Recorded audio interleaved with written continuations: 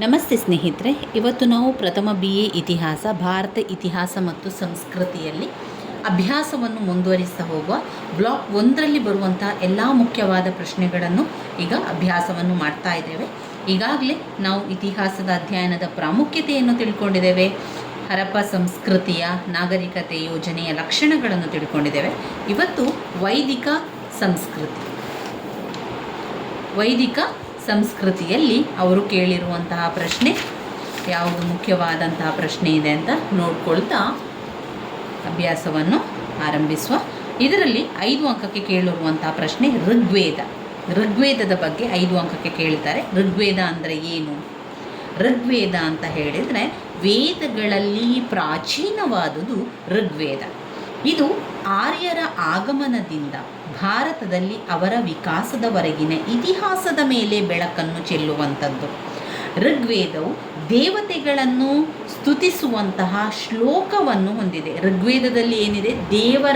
ದೇವತೆಗಳನ್ನು ಸ್ತುತಿಸುವಂತಹ ಶ್ಲೋಕ ಇರುವಂಥದ್ದು ಋಗ್ವೇದದಲ್ಲಿ.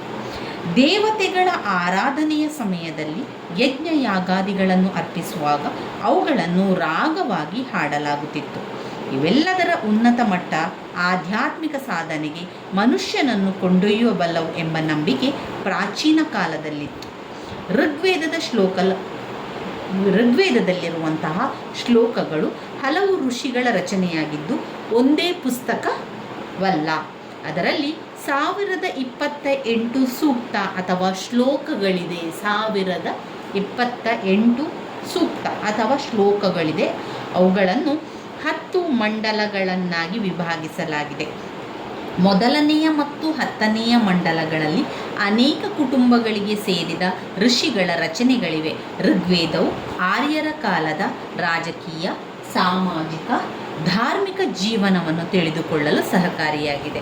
ಇವಿಷ್ಟು ನಾವು ಋಗ್ವೇದ ಅಂತ ಕೇಳಿದಾಗ ಬರೀಬೇಕಾಗಿರುವಂಥದ್ದು.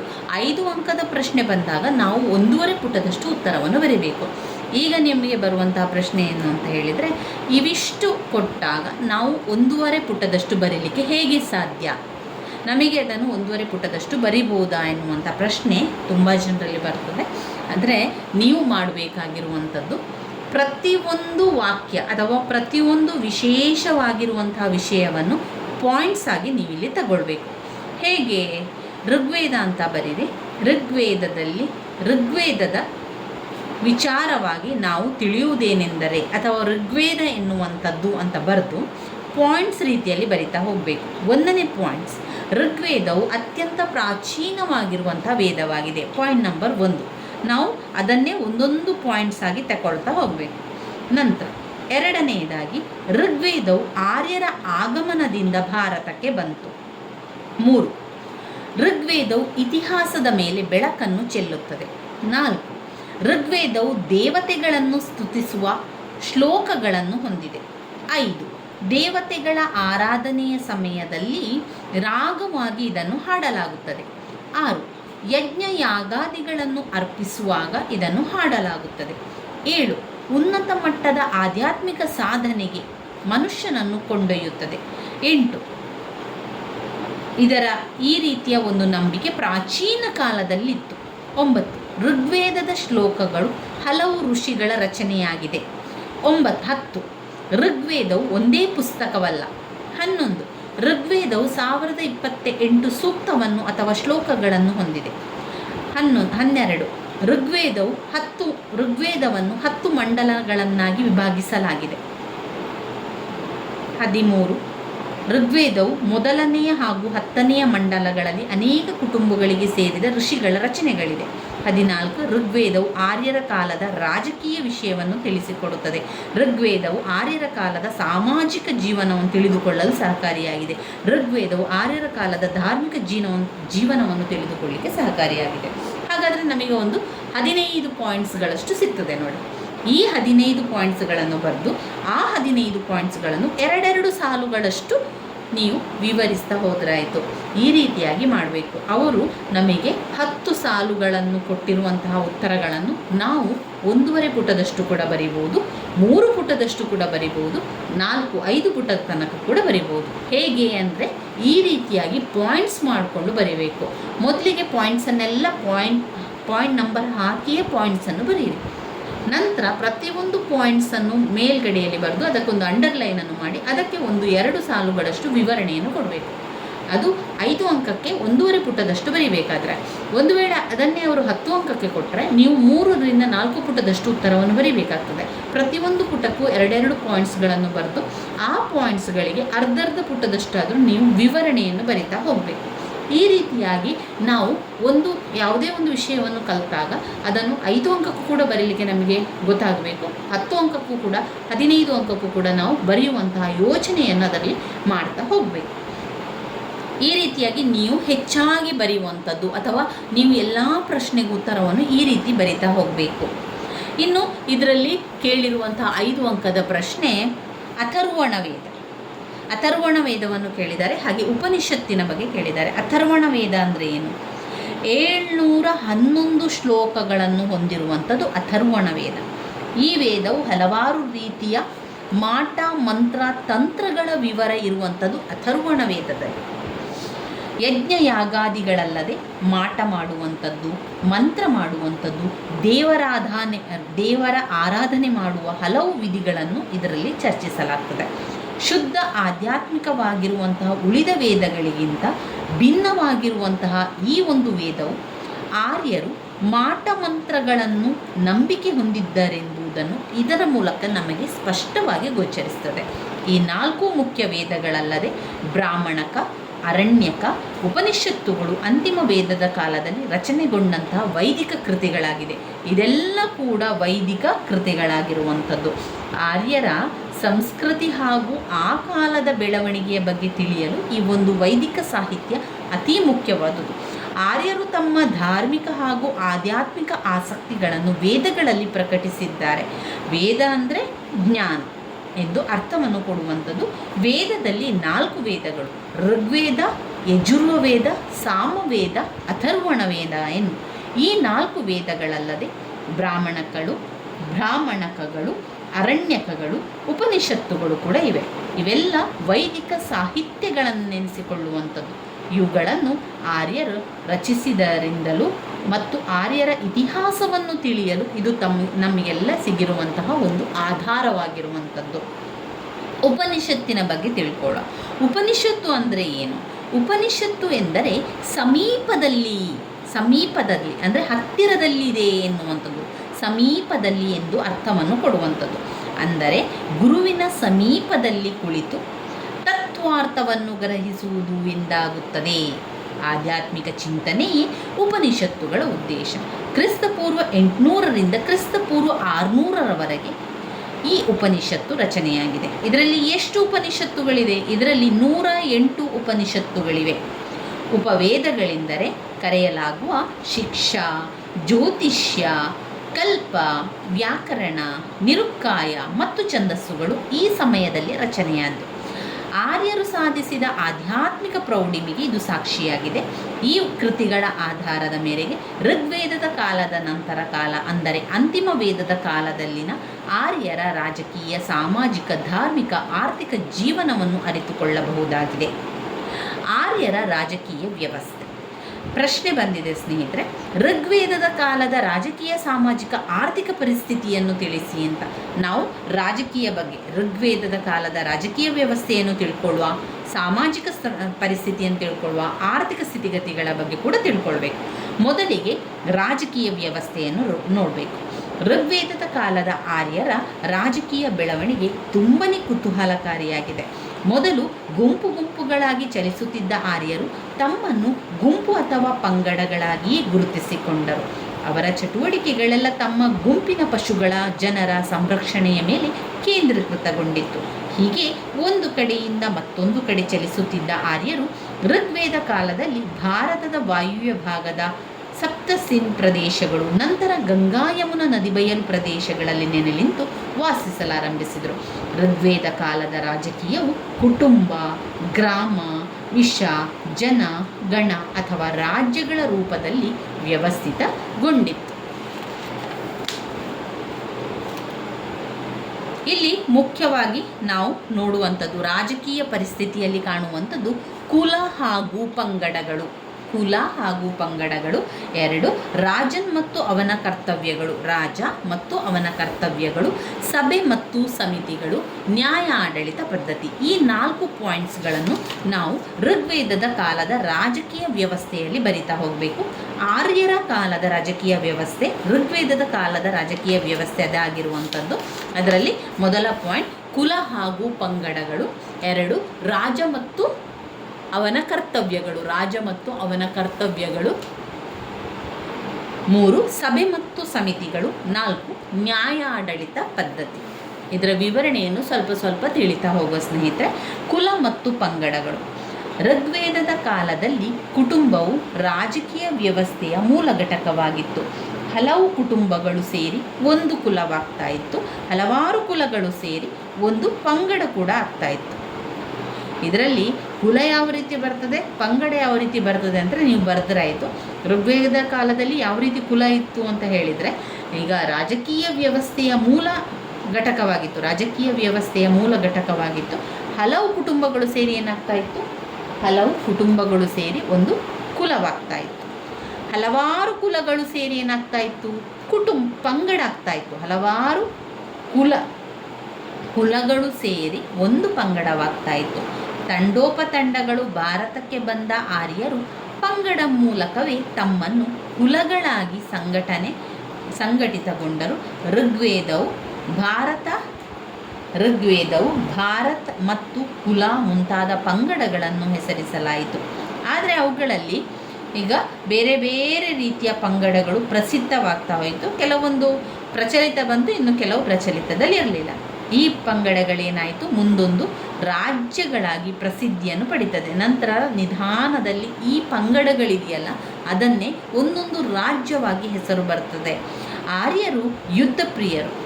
ಅಂತಿಮ ವೇದದ ಕಾಲದಲ್ಲಿ ಅನೇಕ ಸಣ್ಣ ಪುಟ್ಟ ರಾಜ್ಯಗಳು, ಭೋಜ್ಯ, ಮಹಾರಾಜ್ಯ, ಸಾಮ್ರಾಜ್ಯಗಳಾಗಿ ವಿಕಾಸ ಕೂಡ ಹೊಂದುತ್ತದೆ. ಈ ರೀತಿಯಾಗಿ ಕುಲ ಮತ್ತು ಪಂಗಡಗಳಿಂದಾಗಿ ರಾಜ್ಯ ಎಲ್ಲ ಉಗಮಾಯಿತು. ನಂತರ ಬರುವಂಥದ್ದು ರಾಜ ಮತ್ತು ಅವನ ಕರ್ತವ್ಯಗಳು. ರಾಜನ್ ಮತ್ತು ಅವನ ಕರ್ತವ್ಯ. ಋಗ್ವೇದದ ಕಾಲದಲ್ಲಿ ಸರಕಾರ ಅಂತ ಹೇಳಿದರೆ ಅದು ಪ್ರಭುತ್ವ, ಅಂದರೆ ರಾಜರು ನೋಡಿಕೊಳ್ಳುವಂಥದ್ದು. ಪ್ರತಿಯೊಂದು ವಿಷಯಗಳಲ್ಲೂ ರಾಜನ ಹತ್ರ ಹೋಗಿ ಹೇಳುವಂಥದ್ದು, ರಾಜನೇ ನೋಡಿಕೊಳ್ಳುವಂಥದ್ದು. ಕೆಲವೊಮ್ಮೆ ರಾಜನು ಚುನಾಯಿತನಾಗುತ್ತಿದ್ದನು.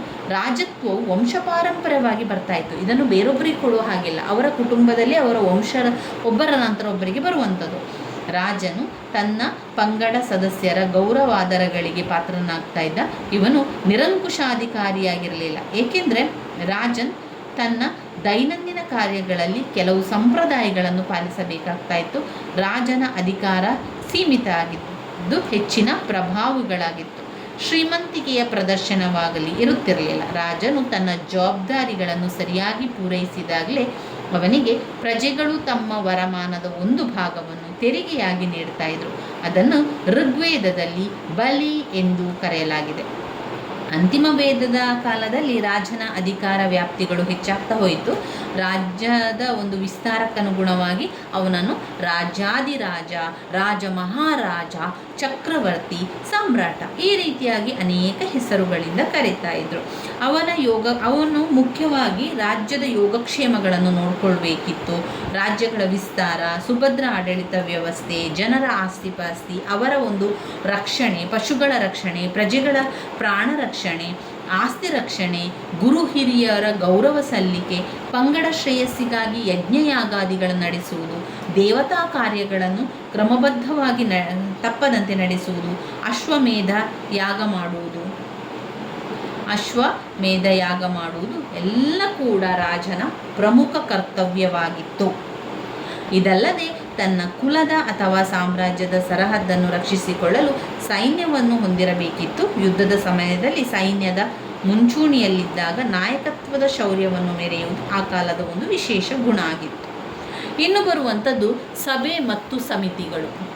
ಸಭೆ ಮತ್ತು ಸಮಿತಿಗಳು ಅಂತ ಬಂದಾಗ ಋಗ್ವೇದದ ಕಾಲದಲ್ಲಿ ಸಭೆ, ಸಮಿತಿ, ಗಣ ಈ ರೀತಿಯಾಗಿ ಅನೇಕ ರೀತಿಯ ಒಂದು ವಿಚಾರಗಳಿದ್ದವು. ಇವುಗಳಲ್ಲಿ ಮುಖ್ಯವಾದುದು ಸಭೆ ಮತ್ತು ಸಮಿತಿ. ರಾಜನ ಆಡಳಿತದಲ್ಲಿ ಹೆಚ್ಚಿನ ಅಧಿಕಾರ ಈ ಒಂದು ಸಭೆಗಳಿಗಿತ್ತು. ರಾಜನು ಇವುಗಳ ನಿರ್ಣಯಕ್ಕೆ ಬದ್ಧನಾಗಿರಬೇಕಿತ್ತು. ಜನಸಾಮಾನ್ಯರೇ ಈ ಒಂದು ಸಭೆಯ ಸಮಿತಿಯ ಸದಸ್ಯರಾಗಿದ್ದರು. ಸ್ತ್ರೀಯರು ಸಹ ಇವುಗಳ ಸದಸ್ಯರಾಗಿದ್ದುಂಟು. ಅರಸ ಅವುಗಳ ಬೆಂಬಲವನ್ನು ಪಡೆಯಲು ತವಕಿಸುತ್ತಿದ್ದ. ಆದರೆ ಉತ್ತರ ವೇದದ ಕಾಲಕ್ಕೆ ಜನರು ಹೆಚ್ಚು ಅಧಿಕಾರ ಪಡೆದು ಈ ಸಭೆಗಳನ್ನು ಕಡೆಗಣಿಸಿದರು. ಆಡಳಿತದಲ್ಲಿ ಭಾಗವಹಿಸುತ್ತಿದ್ದ ಮತ್ತೊಂದು ಗುಂಪು ವೈಶ್ಯರದು. ವ್ಯಾಪಾರದಲ್ಲಿ ಮೇಲಿನ ಹತೋಟಿ ಮತ್ತು ತಮ್ಮ ಶ್ರೀಮಂತಿಕೆಯಿಂದ ಇವರ ಪ್ರಾಮುಖ್ಯತೆ ಕೂಡ ಇತ್ತು. ವ್ಯಾಪಾರಿ ಸಮುದಾಯದ ಗಣ ಅಥವಾ ಶ್ರೇಣಿಯ ಸರಕಾರಗಳನ್ನು ಮುಖ್ಯಸ್ಥ ರಾಜನಿಗೆ ಸಲಹೆಯನ್ನು ಕೂಡ ನೀಡ್ತಾ ಇದ್ದ. ಇನ್ನು 4ನೇ ಪಾಯಿಂಟ್ನಲ್ಲಿ ನ್ಯಾಯಾಡಳಿತ ಪದ್ಧತಿ. ಋಗ್ವೇದ ಮತ್ತು ಉತ್ತರ ವೇದದ ಕಾಲದಲ್ಲಿ ನ್ಯಾಯಾಂಗದ ಉನ್ನತ ಅಧಿಕಾರ ಅಂತ ಹೇಳಿದರೆ ಅವನು ರಾಜನೇ ನ್ಯಾಯಾಡಳಿತವನ್ನು ಮಾಡ್ತಾ ಇದ್ದ. ರಾಜನಿಗೆ ನ್ಯಾಯ ವಿತರಣೆಯಲ್ಲಿ ಪುರೋಹಿತರು ಕೂಡ ಸಲಹೆ ನೆರವನ್ನು ಕೊಡ್ತಾ ಇದ್ರು.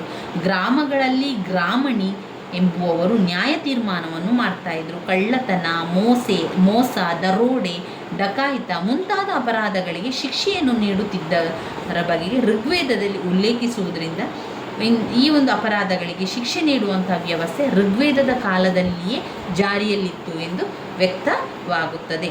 ಇವಿಷ್ಟು ಋಗ್ವೇದದ ಕಾಲದ ರಾಜಕೀಯ ವ್ಯವಸ್ಥೆ ಅಥವಾ ರಾಜಕೀಯ ಜೀವನದಲ್ಲಿ ಬರುವಂಥದ್ದು. ಹಾಗೆ ಮತ್ತೊಂದು ಪ್ರಶ್ನೆ, ಆರ್ಯರ ರಾಜಕೀಯ ವ್ಯವಸ್ಥೆ ಕೂಡ ಇದೇ ಆಗಿರುವಂಥದ್ದು. ಇದರಲ್ಲಿ 4 ಪಾಯಿಂಟ್ಸ್ಗಳನ್ನು ಕಾಣ್ಬೋದು. ಒಂದು, ಕುಲ ಮತ್ತು ಪಂಗಡಗಳು. ನಿಮ್ಮ ಪಾಯಿಂಟ್ಸ್ ಬುಕ್ಕಲ್ಲಿ ಬರ್ಕೊಳ್ಳಿ ಸ್ನೇಹಿತರೆ. ಕುಲ ಮತ್ತು ಪಂಗಡಗಳು, ರಾಜನ್ ಮತ್ತು ಅವನ ಕರ್ತವ್ಯಗಳು, ಸಭೆ ಮತ್ತು ಸಮಿತಿಗಳು, ನ್ಯಾಯಾಡಳಿತ ಪದ್ಧತಿ. ಇದರಲ್ಲಿ 2 ರೀತಿಯ ಪ್ರಶ್ನೆಗಳನ್ನು ಕೇಳ್ತಾರೆ. ಋಗ್ವೇದದ ಕಾಲದ ರಾಜಕೀಯ, ಸಾಮಾಜಿಕ, ಆರ್ಥಿಕ ಪರಿಸ್ಥಿತಿಯ ಬಗ್ಗೆ ತಿಳಿಸಿ ಅಂತ ಕೇಳ್ತಾರೆ, ಅಥವಾ ಆರ್ಯರ ರಾಜಕೀಯ ವ್ಯವಸ್ಥೆಯ ಬಗ್ಗೆ ತಿಳಿಸಿ ಅಂತ ಕೇಳುವಂಥದ್ದು. ಕುಲ ಮತ್ತು ಪಂಗಡಗಳು, ರಾಜನ್ ಮತ್ತು ಅವನ ಕರ್ತವ್ಯಗಳು, ಸಭೆ ಮತ್ತು ಸಮಿತಿಗಳು, ಹಾಗೆ ನ್ಯಾಯಾಡಳಿತ ಪದ್ಧತಿ. ಇನ್ನು ಬರುವಂಥ 2ನೇ ಪಾಯಿಂಟ್, ಸಾಮಾಜಿಕ ಜೀವನ. ಋಗ್ವೇದದ ಕಾಲದ ಸಾಮಾಜಿಕ ಜೀವನ ಇದು ಪಿತೃಪ್ರಧಾನವಾದ ಸಾಮಾಜಿಕ ವ್ಯವಸ್ಥೆ ಋಗ್ವೇದದ ಕಾಲದಲ್ಲಿತ್ತು. ತಂದೆ ಅಥವಾ ಕುಟುಂಬದ ಹಿರಿಯ ಪುರುಷ ಕುಟುಂಬದ ಮುಖ್ಯಸ್ಥ.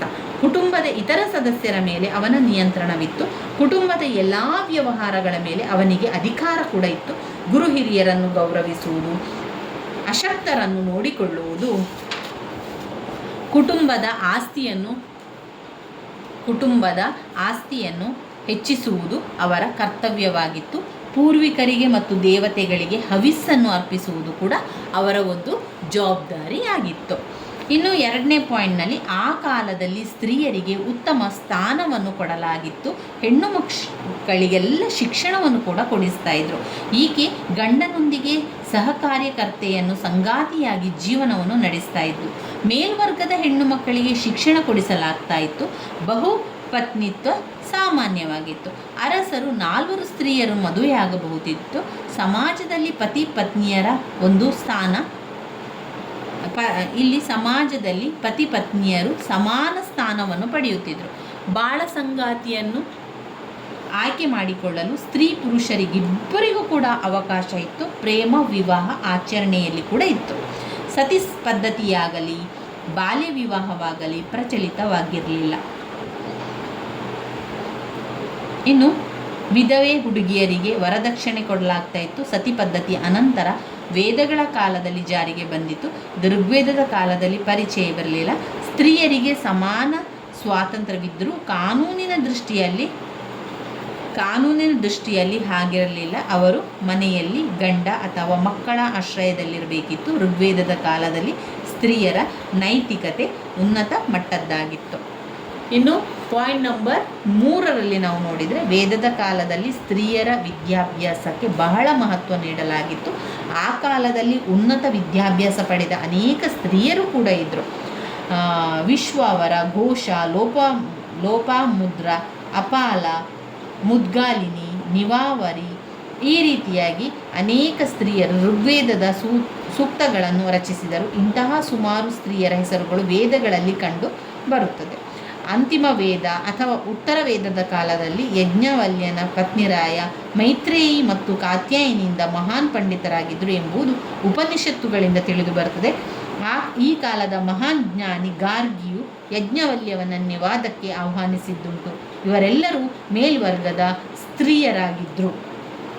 ಈ ರೀತಿಯಾಗಿ ನೀವು ಅದರಲ್ಲಿ ಸಾಮಾಜಿಕ ಜೀವನದ ಬಗ್ಗೆ ಬರೀಬೇಕು. ಸಾಮಾಜಿಕ ಜೀವನ ಅಂತ ಬಂದಾಗ ಇಲ್ಲಿ ಆರ್ಯರ ಬದುಕು ಉನ್ನತ ನೈತಿಕತೆಯನ್ನು ಮೈದೆಳೆತಿತ್ತು. ಅತಿಥಿ ಸತ್ಕಾರ ಜನರಿಗೆ ತುಂಬಾ ಪ್ರಿಯವಾಗಿತ್ತು.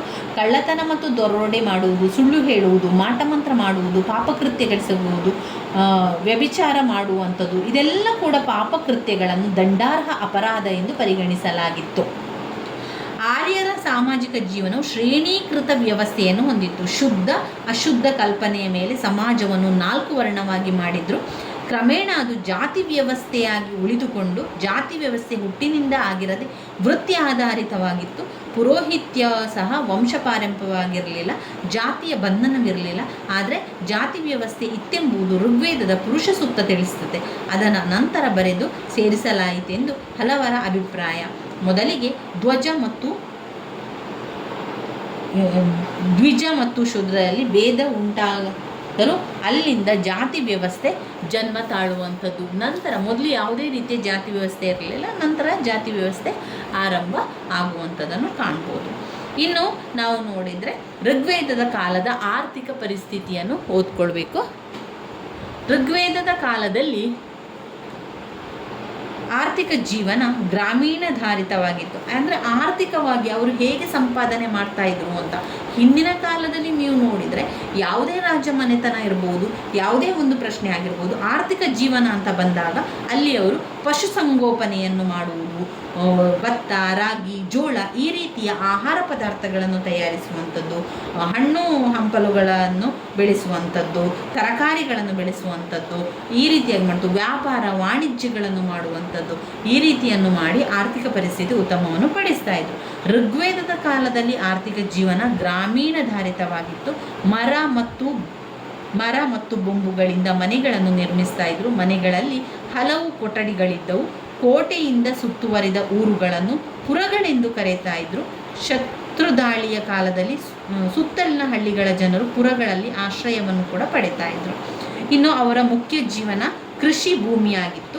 ಪಶುಸಂಗೋಪನೆಯನ್ನು ಮಾಡುವುದು ಜನರ ಮತ್ತೊಂದು ಪ್ರಮುಖ ಪೂರಕ ಕೃತಿ, ಅವರ ಒಂದು ವೃತ್ತಿಯಾಯಿತು.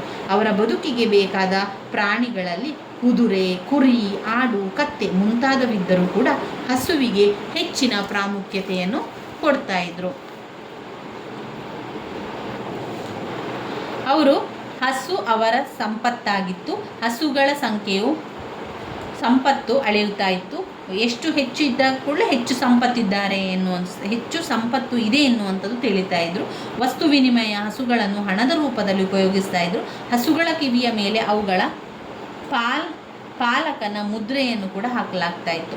ಅಂತಿಮ ವೇದದ ಕಾಲದಲ್ಲಿ ಜನರ ಕಸುಬು ಕೃಷಿಯಾಗಿತ್ತು. ಕೃಷಿಗೆ ಸಂಬಂಧಿಸಿದಂತೆ ಅನೇಕ ಬದಲಾವಣೆಗಳನ್ನು ಕಾಣಬಹುದು.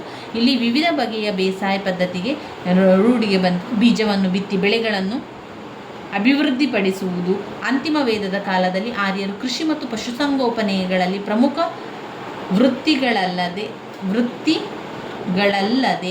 ನೇಯ್ಗೆ, ಬಡಗಿ, ಕುಂಬಾರ, ಅಕ್ಕಸಾಲಿಗೆ ಮುಂತಾದ ವೃತ್ತಿಗಳನ್ನು ಕೂಡ ಅವಲಂಬಿಸ್ತಿದ್ರು. ಇವರ ವೃತ್ತಿಗಳು ಕೈಗಾರಿಕೆಗಳಾಗಿ ಬೆಳೆದಿದ್ದವು. ಅಕ್ಕಸಾಲಿಕನು ತೋಳ್ಬಂದಿ, ಕಂಠಿಹಾರ ಮುಂತಾದ ಆಭರಣಗಳನ್ನು, ಕಮ್ಮಾರನು ಬಾಣ, ಬರ್ಜಿ, ಚಾಕು, ಕತ್ತಿ ಮುಂತಾದ ಆಯುಧಗಳನ್ನು, ಕಂಚುಗಾರನು ಪಾತ್ರೆಗಳನ್ನು ತಯಾರಿ ಮಾಡುತ್ತಿದ್ದನು. ಅಂತಿಮ ವೇದದ ಕಾಲದಲ್ಲಿ ಆರ್ಯರು ವಿಸ್ತಾರವಾದ ರಾಜ್ಯಗಳನ್ನು ನಿರ್ಮಿಸಲು ಅನೇಕ ಯುದ್ಧಗಳನ್ನು ಮಾಡಬೇಕಾಯಿತು. ಈ ಯುದ್ಧದ ಕಾರಣದಿಂದಾಗಿ ಕಮ್ಮಾರರಿಗೆ ಹಾಗೂ ಅವರು ತಯಾರಿಸುತ್ತಿದ್ದ ಅಸ್ತ್ರಗಳಿಗೆ ಹೆಚ್ಚಿನ ಬೇಡಿಕೆ ಇತ್ತು. ಆಡಳಿತವೇ ದೊಡ್ಡ ಬಂಡವಾಳಗಾರ ಹಾಗೂ ಉತ್ಪಾದಕವಾಗಿತ್ತು. ಇದು ಸಾಮಾಜಿಕ ಜೀವನಕ್ಕೆ ಬಂತು. ಇನ್ನು ಧಾರ್ಮಿಕ ಜೀವನ ಅಂತ ಬಂದಾಗ ಋಗ್ವೇದದ ಕಾಲದಲ್ಲಿ ನಿಸರ್ಗ ದೇವತೆಯನ್ನು ಆರಾಧನೆ ಮಾಡ್ತಾ ಇದ್ರು. ಅವರು ಕಾಡಿಗೆ ಹೋಗಿ ಅಥವಾ ಕಾಡಿನ ಪ್ರದೇಶದಲ್ಲಿ ಕಲ್ಲುಗಳಿಗೆ ಪೂಜೆ ಮಾಡುವಂಥದ್ದು, ನಿಸರ್ಗ ದೇವತೆಗಳಿಗೆ ಆರಾಧನೆಯನ್ನು ಮಾಡ್ತಾ ಇದ್ರು. ನಿಸರ್ಗದ ಬಲಗಳು ಮಾನವರಲ್ಲಿ ಭಯವನ್ನು ಉಂಟು ಮಾಡಿದ್ದೇ ಅವುಗಳ ಆರಾಧನೆಗೆ ಕಾರಣವಾಯಿತು. ಬದುಕಿನ ಬಗ್ಗೆ ಅಪಾರ ಕಾಳಜಿಯನ್ನು ಹೊಂದಿದ ಆರ್ಯರು ಆತ್ಮಸಂತೋಷಕ್ಕೆ ಹೆಚ್ಚಿನ ಗಮನವನ್ನು ನೀಡಿದರು. ಶತ್ರುಗಳನ್ನು ಸೋಲಿಸಲು, ಸಂಪತ್ತು ಮತ್ತು ಸಂತಾನವನ್ನು ಪಡೆಯಲು ಯಜ್ಞಗಳನ್ನು ಮಾಡ್ತಾ ಇದ್ರು. ಋಗ್ವೇದದಲ್ಲಿ 33 ದೇವತೆಗಳಿದ್ದರೆ ಅವುಗಳಲ್ಲಿ 11 ಪ್ರಕೃತಿಗೆ ಸಂಬಂಧಿಸಿದವು. ಸ್ವರ್ಗದ ದೇವತೆಗಳಲ್ಲಿ ವರುಣ, ಉಷತ್, ಅಶ್ವಿನಿ ದೇವತೆಗಳು, ಸೂರ್ಯ, ಮಿತ್ರ, ಸಾವಿತ್ರಿ, ವಿಷ್ಣು ಪ್ರಮುಖರು. ಆಕಾಶದ ದೇವತೆಗಳಲ್ಲಿ ಇಂದ್ರ, ಇಂದ್ರ, ರುದ್ರ, ಮಾರುತ, ವಾಯು, ಪರ್ಜನ್ಯರು ಪ್ರಸಿದ್ಧರಾಗಿದ್ದರು. ಪ್ರಕೃತಿಗೆ ಸಂಬಂಧಿಸಿದ ದೇವತೆಗಳಲ್ಲಿ ಪೃಥ್ವಿ, ಅಗ್ನಿ, ಬೃಹಸ್ಪತಿ ಮತ್ತು ಸೋಮರ ಹೆಸರಾಂತ ದೇವತೆಯನ್ನು ಅವರದೇ ಆದ ಶ್ಲೋಕಗಳಲ್ಲಿ ಪ್ರಾರ್ಥಿಸ್ತಾ ಇದ್ದರು. ಇವಿಷ್ಟು ಧಾರ್ಮಿಕ ಜೀವನದಲ್ಲಿ ಬರುವಂಥ ವಿಚಾರಗಳಾದವು. ಒಟ್ಟಿನಲ್ಲಿ ನಾವು ಸಂಪೂರ್ಣ ಸಾರಾಂಶವನ್ನು ನೋಡುವುದಾದರೆ, ಋಗ್ವೇದದ ಕಾಲದಲ್ಲಿ ಆರ್ಯರು ಅಲೆಯುವುದನ್ನು ಬಿಟ್ಟು ಒಂದು ಕಡೆ ನೆಲೆ ನಿಂತು, ಅಂತಿಮ ವೇದಗಳ ಕಾಲದಲ್ಲಿ ಆರ್ಯರು ಸಂಘಟಿತರಾಗಿ ತಮ್ಮ ನಾಗರಿಕತೆಯನ್ನು ಅಭಿವೃದ್ಧಿಪಡಿಸಿದ್ದರು. ಎರಡೂ ಕಾಲದಲ್ಲಿ ಕುಟುಂಬವು ಸಮಾಜದ ತಳಹದಿಯಾಗಿದ್ದು, ಪುರುಷ ಪ್ರಧಾನವಾದ ಸಮಾಜ ಅದಾಗಿತ್ತು. ಋಗ್ವೇದ ಕಾಲದಲ್ಲಿ ಆರ್ಯರು ಗ್ರಾಮಗಳಲ್ಲಿ ವಾಸಿಸುತ್ತಿದ್ದರೆ, ಅಂತಿಮ ವೇದದ ಕಾಲದಲ್ಲಿ ಅವರು ಗ್ರಾಮ ಮತ್ತು ನಗರ ಎರಡೂ ಕಡೆಗಳಲ್ಲಿ ವಾಸಿಸುತ್ತಿದ್ದರು. ಪ್ರಾರಂಭದಲ್ಲಿ ಆರ್ಯರು ರಾಜಕೀಯ, ಸಾಮಾಜಿಕ, ಆರ್ಥಿಕ ಮತ್ತು ಧಾರ್ಮಿಕ ವ್ಯವಸ್ಥೆಯ ರೂಪಿಸಿಕೊಂಡಿದ್ದರೆ, ಅಂತಿಮ ವೇದದ ಕಾಲದಲ್ಲಿ ಆರ್ಯರು ವಿಸ್ತಾರವಾದ ಸಾಮ್ರಾಜ್ಯಗಳನ್ನು ಸ್ಥಾಪಿಸಿಕೊಂಡು ಉತ್ತಮವಾದ ಆಡಳಿತವನ್ನು ನೀಡುವ ರಾಜಕೀಯ ವ್ಯವಸ್ಥೆಯನ್ನು ರೂಪಿಸಿಕೊಂಡಿದ್ದರು. ರಾಜನಿಗೆ ಪುರೋಹಿತ, ಸೇನಾನಿ, ಗ್ರಾಮೀಣ ಋಗ್ವೇದದ ಕಾಲದಲ್ಲಿ ಸಹಾಯಕರಾಗಿದ್ದರೆ, ಅಂತಿಮ ಕಾಲದಲ್ಲಿ ನಗರಗಳಲ್ಲಿ ಪುರಾಡಳಿತ ಅಧಿಕಾರಿಗಳು ಆಡಳಿತದಲ್ಲಿ ಸಹಕರಿಸುತ್ತಿದ್ದರು.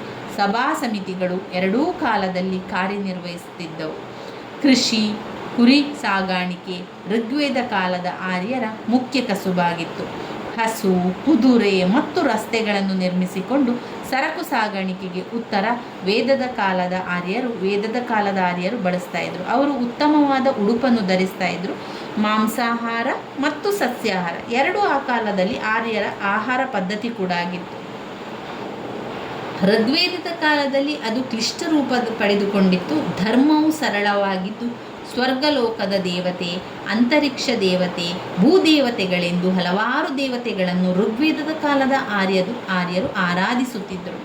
ಅಂತಿಮ ವೇದದ ಕಾಲದಲ್ಲಿ ಇವುಗಳ ಜೊತೆಯಲ್ಲಿ ಯಜ್ಞ ಯಾಗಾದಿಗಳನ್ನು, ಅಶ್ವಮೇಧ ಯಾಗಗಳನ್ನು, ಮಂತ್ರತಂತ್ರಗಳಲ್ಲಿ ನಂಬಿಕೆಯನ್ನು ಇರಿಸಿಕೊಂಡಿದ್ದ ಆರ್ಯರು ತಮ್ಮ ಧಾರ್ಮಿಕ ಆಚರಣೆಯನ್ನು ವಿವಿಧ ರೂಪದಲ್ಲಿ ಆಚರಿಸುತ್ತಿದ್ದರು. ಇವಿಷ್ಟು ವಿಚಾರಗಳು ಆರ್ಯರ ಒಂದು ರಾಜಕೀಯ, ಸಾಮಾಜಿಕ, ಆರ್ಥಿಕ, ಧಾರ್ಮಿಕ ಜೀವನದಲ್ಲಿ ತಿಳಿಸ್ತದೆ. ಅಷ್ಟೇ ಅಲ್ಲದೆ ಋಗ್ವೇದದ ಕಾಲದ ರಾಜಕೀಯ, ಸಾಮಾಜಿಕ, ಆರ್ಥಿಕ ಜೀವನದ ಬಗ್ಗೆ ಬರೀರಿ ಅಂತ ಒಂದು ಹಳೆಯ ಪ್ರಶ್ನೆ ಪತ್ರಿಕೆಯಲ್ಲಿ ನೀವು ನೋಡಿರ್ಬೋದು. ಆ ರೀತಿ ಪ್ರಶ್ನೆ ಬಂದಿದೆ. ಋಗ್ವೇದದ ಕಾಲದ ರಾಜಕೀಯ, ಸಾಮಾಜಿಕ, ಆರ್ಥಿಕ ಪರಿಸ್ಥಿತಿಯೇ ಆರ್ಯರ ಕಾಲದ ರಾಜಕೀಯ ವ್ಯವಸ್ಥೆ, ಸಾಮಾಜಿಕ ವ್ಯವಸ್ಥೆ, ಧಾರ್ಮಿಕ ವ್ಯವಸ್ಥೆ ಹಾಗೆ ಆರ್ಥಿಕ ವ್ಯವಸ್ಥೆ ಕೂಡ ಆಗಿರುವಂಥದ್ದು. ಋಗ್ವೇದದ ಕಾಲದ ರಾಜಕೀಯ ವ್ಯವಸ್ಥೆಯಲ್ಲಿ ಕುಲ ಮತ್ತು ಪಂಗಡಗಳು, ರಾಜನ್ ಮತ್ತು ಅವನ ಕರ್ತವ್ಯಗಳು, ಹಾಗೆ ಸಭೆ ಮತ್ತು ಸಮಿತಿಗಳು, ನ್ಯಾಯ ಆಡಳಿತ ಪದ್ಧತಿ. ಸಾಮಾಜಿಕ ಜೀವನ ಅಂತ ಬಂದಾಗ ಅಲ್ಲಿ ಪಿತೃಪ್ರಧಾನವೇ ಹೆಚ್ಚಾಗಿರುತ್ತದೆ. ಸ್ತ್ರೀಯರ ಶಿಕ್ಷಣಕ್ಕೆ ಒತ್ತು ನೀಡಿದ್ರು. ವೇದದ ಕಾಲದಲ್ಲಿ ಸ್ತ್ರೀಯರ ವಿದ್ಯಾಭ್ಯಾಸ ಬಹಳ ಮುಖ್ಯವಾಗಿರುವಂಥದ್ದು ಕಾಣ್ಬೋದು. ಇನ್ನು ಆರ್ಥಿಕ ಪರಿಸ್ಥಿತಿ ಅಂತ ಬಂದಾಗ ಅವರು ಪಶುಸಂಗೋಪನೆಯನ್ನು ಮಾಡುವಂಥದ್ದು, ಕೃಷಿ ಮಾಡುವಂಥದ್ದು, ಹಾಗೆಯೇ ಹಲವಾರು ಕಸುಬುಗಳನ್ನು ಮಾಡ್ತಾಯಿದ್ರು. ಬೇರೆ ಬೇರೆ ಕಸುಬುಗಳನ್ನು ಕೂಡ ಮಾಡ್ತಾಯಿದ್ರು. ಪೂರಕವಾದ ವೃತ್ತಿ ಅವರಿಗಿತ್ತು. ಪ್ರಾಣಿಗಳನ್ನು, ಕುದುರೆಗಳನ್ನು, ಕುರಿಗಳನ್ನು, ಆಡು, ಕತ್ತೆ ಮುಂತಾದವುಗಳನ್ನು ಸಾಕುತ್ತಿದ್ದರೂ ಕೂಡ ಹಸುಗಳಿಗೆ ಹೆಚ್ಚಿನ ಪ್ರಾಮುಖ್ಯತೆಯನ್ನು ಕೊಡ್ತಾರೆ. ಧಾರ್ಮಿಕ ಜೀವನ ಅಂತ ಬಂದಾಗ ನಿಸರ್ಗ ದೇವತೆಯನ್ನು ಆರಾಧನೆ ಮಾಡ್ತಾರೆ. ಅವರು ನಿಸರ್ಗದ ಬಲಗಳು ಮಾನವನಲ್ಲಿ ಭಯವನ್ನು ಉಂಟು ಮಾಡಿದ್ದೇ ಅವುಗಳ ಆರಾಧನೆಗೆ ಕಾರಣವಾಗಿದ್ದವು. ಬದುಕಿನ ಬಗ್ಗೆ ಅಪಾರ ಕಾಳಜಿಯನ್ನು ಹೊಂದಿದ್ದ ಆರ್ಯರು ಸಂತೋಷಕ್ಕೆ ಹೆಚ್ಚಿನ ಗಮನವನ್ನು ಕೂಡ ನೀಡಿದರು. ಇವಿಷ್ಟು ವಿಚಾರವನ್ನು ಓದ್ಕೊಳ್ಬೇಕು. ತುಂಬಾ ಮುಖ್ಯವಾಗಿರುವಂಥ ಪ್ರಶ್ನೆ ಸ್ನೇಹಿತರೆ. ಇನ್ನು ನಾವು ನೋಡಿದರೆ ವೇದೋತ್ತರ ಕಾಲದ, ಇನ್ನು ಮುಂದಿನ ವಿಡಿಯೋದಲ್ಲಿ ನಾವು ವೇದೋತ್ತರದ ಕಾಲದ ಸಾಮಾಜಿಕ ಆರ್ಥಿಕ ಪರಿಸ್ಥಿತಿಯನ್ನು ತಿಳ್ಕೊಳ್ಳುವ 15 ಅಂಕಕ್ಕೆ ಕೇಳುವಂತಹ ವೆರಿ ಇಂಪಾರ್ಟೆಂಟ್ ಆಗಿರುವಂತಹ ಪ್ರಶ್ನೆ ಆಗಿದೆ. ಇದಾದ ನಂತರ ಬರುವಂಥದ್ದು ಹೊಸ ಮತಗಳ ಉದಯ, ಬೌದ್ಧ ಧರ್ಮದ ಬಗ್ಗೆ ಬರುವಂಥದ್ದು. ನಾವು ಮುಂದಿನ ವಿಡಿಯೋದಲ್ಲಿ ವೇದೋತ್ತರ ಕಾಲದ ಸಾಮಾಜಿಕ ಆರ್ಥಿಕ ಪರಿಸ್ಥಿತಿಯ ಬಗ್ಗೆ ತಿಳ್ಕೊಳ್ಳುವ. ಇದೆಲ್ಲ ಕೂಡ ನಮಗೆ ಬ್ಲಾಕ್ 1ರಲ್ಲಿ ಓದಲೇಬೇಕಾಗಿರುವಂತಹ ಪ್ರಶ್ನೆಗಳು. ಬ್ಲಾಕ್ 1ರಲ್ಲಿ ಬರುವಂತಹ ವೆರಿ ಇಂಪಾರ್ಟೆಂಟ್ ಆಗಿರುವಂತಹ ಪ್ರಶ್ನೆಗಳಿವೆಲ್ಲವೂ ಕೂಡ. ಅದರಿಂದ ಸ್ಕಿಪ್ ಮಾಡಬೇಡಿ. ಯಾವುದನ್ನು ನಾನು ತಿಳಿಸ್ಕೊಟ್ಟಿದ್ದೆ ಅದನ್ನೆಲ್ಲ ಓದ್ಕೊಳ್ಳಿ. ಇನ್ನಷ್ಟು ಪ್ರಶ್ನೆಗಳನ್ನು ಓದ್ಕೊಳ್ಬೇಕು ಅಂತಾದರೆ ನೀವು ಓದ್ಕೊಳ್ಳಿ. ಆದರೆ ನಾನು ಗುರುತು ಹಾಕ್ಕೊಂಡಿರುವಂಥದ್ದು, ನಾನು ವಿವರಣೆಯನ್ನು ಕೊಡ್ತಾ ಇರುವಂಥದ್ದು ಪದೇ ರಿಪೀಟ್ ಆಗಿರುವಂತಹ ಮುಖ್ಯವಾದಂತಹ ಪ್ರಶ್ನೆಗಳಾಗಿದೆ ಸ್ನೇಹಿತರೆ. ಈ ರೀತಿ ಎಲ್ಲವನ್ನು ಕೂಡ ಓದ್ತಾ ಹೋಗುವ. ಎಲ್ಲ ವಿಷಯಗಳಲ್ಲೂ ಕೂಡ ಬ್ಲಾಕ್ 1 ಮೊದಲಿಗೆ ನಾವು ಮುಗಿಸಿ ಬಿಡುವ. ಇಂಗ್ಲೀಷನ್ನು ಕೂಡ ನಿಮಗೆ ನಾನು ಮಾಡ್ತಾ ಹೋಗ್ತೇನೆ, ಕನ್ನಡ ಕೂಡ ನಾವು ಎಲ್ಲವನ್ನು ಕೂಡ ಕವರ್ ಮಾಡ್ತಾ ಹೋಗುವ. ನನ್ನ ವಿಡಿಯೋಸ್ ಎಲ್ಲ ನಿಮಗೆ ಇಷ್ಟ ಆಗ್ತಾ ಇದ್ದರೆ ಲೈಕ್ ಕೊಡಿ, ಶೇರ್ ಮಾಡಿ, ಹಾಗೆ ಸಬ್ಸ್ಕ್ರೈಬ್ ಮಾಡಲಿಕ್ಕೆ ಮರಿಬೇಡಿ ಸ್ನೇಹಿತರೆ. ಒಂದೊಂದು ವಿಷಯವನ್ನು ಮುಗಿಸ್ತಾ ಎಲ್ಲವನ್ನು ಕೂಡ ಕವರ್ ಮಾಡ್ತಾ ಹೋಗಬೇಕು. ಮೊದಲಿಗೆ ನೀವು ಬ್ಲಾಕ್ 1ರಲ್ಲಿ ಬರುವಂಥ ಎಲ್ಲ ಪ್ರಶ್ನೆಗಳ ಪಾಯಿಂಟ್ಸ್ಗಳನ್ನು ಬರೀರಿ, ಪಾಯಿಂಟ್ಸ್ಗಳನ್ನು ಬಾಯ್ಪಾಠ ಮಾಡಿ ಆದರೂ ಕಲಿತುಕೊಳ್ಳಿ ಸ್ನೇಹಿತರೆ. ಧನ್ಯವಾದಗಳು.